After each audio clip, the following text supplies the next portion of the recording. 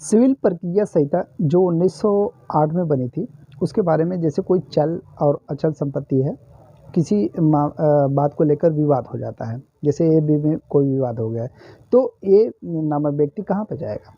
अब वो व्यक्ति अपना जो है अधिकार पूर्ति के लिए न्यायालय का सहारा लेगा। अब न्यायालय में जाएगा तो वो अपना परिचय देगा तो उसको जो है एक डॉक्यूमेंट्स दिखाएगा।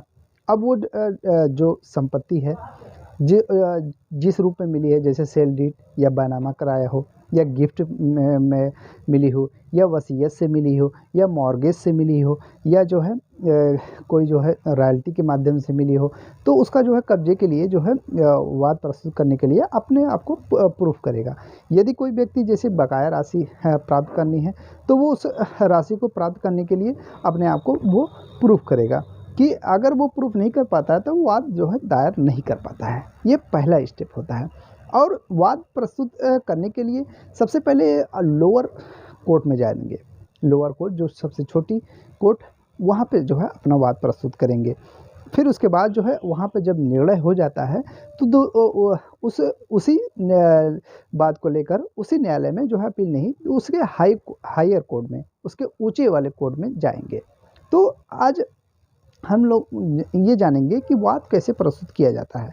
वाद प्रस्तुत करने के लिए अपना पूरा परिचय देगा, फिर उसके बाद जो है अपना जो है कहाँ से विवाद शुरू हुआ उसको बताएगा, और डिफेंडेंट पार्टी जो प्रतिवादी पक्ष रहता है, विपक्ष जो रहता है, उसके बारे में पूरी डिटेल देगा कि उसका नाम, गांव, पता, सब कुछ जो है डिटेल देगा। और ये मुद्दा कहाँ से उठा है, वो ये मुद्दा जो उसने लाया है वो कहाँ से शुरू हुआ है, उसकी स्टार्टिंग लिखेंगे। फिर उसके बाद जो है मुद्दा जो उठा है वो न्यायालय के सामने जब प्रस्तुत होंगे, उस न्यायालय के जो जज साहब हैं उनका क्या पद है, उनके पद लिखने के बाद अपना जो है डिटेल देंगे। फिर उसके बाद जो है जो प्रूफ करना है अपना डॉक्यूमेंट्स के बारे में बताएंगे। फिर उसके बाद डिफेंडेंट के बारे में बताएंगे। फिर उसके बाद जो न्यायालय की जो फीस होती है, कोर्ट फीस है, उसको जो है जमा किया जाएगा। यदि इसी वाद में कई पक्षकार हो जाते हैं तो वो पक्षकार कहीं जो है दूसरी जगह जो है नहीं जाएंगे कि दिल्ली चले जाएं, बम्बई चले जाएं। बम्बई चलने वाला कोई व्यक्ति है तो उन लोगों का जो है एक ही कोर्ट में जो है मामला चलाया जाएगा। यदि जैसे मिसाल के तौर पे जो कोई लॉन्ड्री के है तो लॉन्ड्री वाला ये बोल दिया कि अगर मेरा कपड़ा जलेगा तो मैं तुम्हारी जो है सैलरी काटूंगा, तो ये एक विवाद हो गया। अब दूसरा विवाद होगा, जिस कस्टमर का कपड़ा रहेगा वो भी विवाद एक पैदा हो जाएगा, वो भी कंप्लेन करेगा। तो ये कई पक्षकार हो गए, तो इन पक्षकारों को एक ही जो है कोर्ट में जो है सुना जाएगा। इस तरीके से जो है न्यायालय की प्रक्रियाएं चलती हैं। अब वो जो व्यक्ति जो प्रतिवादी है, जो वादी है, वादी अपना पूरा स्टेटमेंट दिया। स्टेटमेंट में एक जो है अपने आप को शपथ पत्र के माध्यम से जो उसने कह रहा है वो सच है, और जो है उसको जो साबित करने के लिए वो अपना जो है सक्षम है। तो इस आधार पर जो है न्यायालय जो है उसकी बात सुनेगी।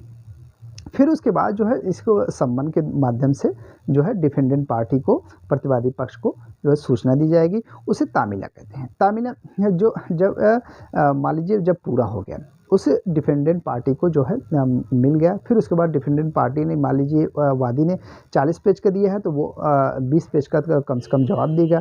तो जो आरोप मुद्दा जो उठा है वो न्यायालय के सामने जब प्रस्तुत होंगे, उस न्यायालय के जो जज साहब हैं उनका क्या पद है, उनके पद लिखने के बाद अपना जो है डिटेल देंगे। फिर उसके बाद जो है जो प्रूफ करना है अपना डॉक्यूमेंट्स के बारे में बताएंगे। फिर उसके बाद डिफेंडेंट के बारे में बताएंगे। फिर उसके बाद जो न्यायालय की जो फीस होती है, कोर्ट फीस है, उसको जो है जमा किया जाएगा। यदि इसी वाद में कई पक्षकार हो जाते हैं तो वो पक्षकार कहीं जो है दूसरी जगह जो है नहीं जाएंगे कि दिल्ली चले जाएं, बम्बई चले जाएं। बम्बई चलने वाला कोई व्यक्ति है तो उन लोगों का जो है एक ही कोर्ट में जो है मामला चलाया जाएगा।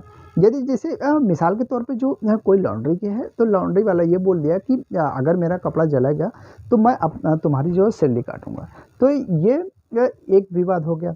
अब दूसरा विवाद होगा, जिस कस्टमर का कपड़ा रहेगा वो भी विवाद एक पैदा हो जाएगा, वो भी कंप्लेन करेगा।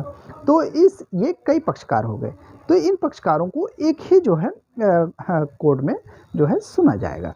इस तरीके से जो है न्यायालय की प्रक्रियाएं चलती हैं। अब वो जो व्यक्ति आप जो प्रतिवादी है, जो वादी अपना पूरा स्टेटमेंट दिया। स्टेटमेंट में एक जो है अपने आप को शपथ पत्र के माध्यम से जो उसने कह रहा है वो सच है, और जो है उसको जो साबित करने के लिए वो अपना जो है सक्षम है। तो इस आधार पर जो है न्यायालय जो है उसकी बात सुनेगी। फिर उसके बाद जो है इसको सम्मन के माध्यम से जो है डिफेंडेंट पार्टी को, प्रतिवादी पक्ष को जो है सूचना दी जाएगी। उसे तामीला कहते हैं। तामीला जो जब मान लीजिए जब पूरा हो गया, उस डिफेंडेंट पार्टी को जो है मिल गया। फिर उसके बाद डिफेंडेंट पार्टी ने, मान लीजिए वादी ने 40 पेज का दिया है, तो वो 20 पेज का कम से कम जवाब देगा। तो जो आरोप, अब वादी पक्ष जो एलिगेशन लगाए गए हैं, अगर वो एक्सेप्ट करता है तो ठीक है, अगर वो डिनाई करता है तो उसके डिनाई करने के लिए वो भी प्रतिवादी पक्ष जो विरुद्ध पक्ष रहेगा वो भी अपना पक्ष रखेगा। क्योंकि ऑडी अल्टर्न पैटर्न हमने सुना है, क्योंकि कोई भी व्यक्ति जो है अपने पक्ष सुनाकर फैसला नहीं होता है, दूसरे पक्ष को सुनो का जो सिद्धांत हम लोगों ने पढ़ा है उसको जो है ज़रूर सुना जाएगा। फिर उसके बाद जो है दूसरे पक्ष को सुना जाएगा। फिर उसके बाद जो है उनके अधिकारों का जो है न्यायालय जो है जजमेंट करेगी। फिर उसके बाद डिक्री पारित होगी। डिक्री किसके पक्ष में पारित हुई है? एक जो है प्रथम डिग्री होती है, और फिर उसके बाद जो है प्राइमरी डिग्री, फिर उसके बाद जो है लास्ट में फाइनल डिग्री आती है। इस जो हमने कहा कि जो शुरुआती में कहा कि जो वाद पत्र प्रस्तुत किए जाते हैं उसमें जो है वाद पत्र जो प्रस्तुत किए जाते हैं उसमें जो एलिगेशन लगाए जाते हैं, यदि प्रतिवादी पक्ष जो विरुद्ध पक्ष रहेगा वह कुछ मामलों में जो है एक्सेप्ट कर लेता है। यदि न्यायालय के सामने जो है एक्सेप्ट नहीं करता है, मान लीजिए जब न्यायालय के सामने एक्सेप्ट नहीं किया, फिर उसके बाद उसमें जो है उसका जीरा नहीं किया, अपने जवाबी पत्र में जो है जीरा नहीं किया, तो ये न्यायालय ये मान लेता है कि इसने जो है एक्सेप्ट कर लिया। और जो भी आरोप लगाएंगे हैं बहुत इंपॉर्टेंट है, जो रिलीफ मांगी जाती है। जैसे कोई जो है जिसका अधिकारों का हनन हुआ है, उसने जो रिलीफ मांगी जाती है एक ही बार में मांग ले, ऐसा ना हो कि दोबारा उसको मांगा जाए, फैसले के बाद मांगा जाए, फैसले के बाद नहीं माना जाएगा। तो ये चीज़ें जो है अगर जितने आपने जो रिलीफ मांगी है उतना आपको जो है न्यायालय ये समझेगा। अगर ये मान लीजिए जो रिलीफ नहीं मांगे तो न्यायालय ये समझेगा कि आपको उसकी आवश्यकता नहीं है, तो उसकी जो है भरपाई नहीं करेगा। मान लीजिए दोस्तों जो न्यायालय में मामला चल रहा है, अब कोई व्यक्ति ये चाहे कि जो है दूसरे न्यायालय में उसी के सीमित जो कॉम्पिटेंट ऑफ कोर्ट है, जो हम लोगों ने पढ़ा होगा, एक्सक्लूसिव कोर्ट, फिर उसके बाद जो है लिमिटेड कोर्ट, फिर उसके बाद जो है कंकरेंट कोर्ट। जो ये एक लिमिटेड होता है कि जैसे देखा होगा हमने कि 25,000 से ऊपर मामले नहीं सुने जाते हैं। तो ये सिविल जो प्रक्रिया संहिता है, इसमें जो है अपने अधिकारों को पूर्ति के लिए जो है वाद दायर किए जाते हैं और रिलीफ के लिए ये सिविल प्रक्रिया संहिता में आते हैं। तो इस तरीके से जो है न्यायालय में मामला जो है प्रस्तुत किया जाता है। अब दोस्तों सबसे मोस्ट इम्पॉर्टेंट बात ये आती है कि जो ये मामला चल रहा है, कई पक्षकार हो गए, वो निर्धारित हो गया जिस कोर्ट में उसी कोर्ट में चलेगा। ऐसा ना हो कि जो है वही वाद जो है दूसरे जो है कोर्ट में चलने लगे। जैसे मान लीजिए यहाँ जौनपुर में चल रहा है, तो उसको जो हम चाहें कि नहीं बनारस वाले जो है कोर्ट में चलने लगे, मऊ वाले कोर्ट में चलने लगे, आजमगढ़ ज़िले में चलने लगे, गोरखपुर में चलने लगे। ऐसा नहीं होता है। उस जो कॉम्पिटेंट कोर्ट है, जिस कोर्ट में चल रहा है मामला, उसी कोर्ट में चलेगा।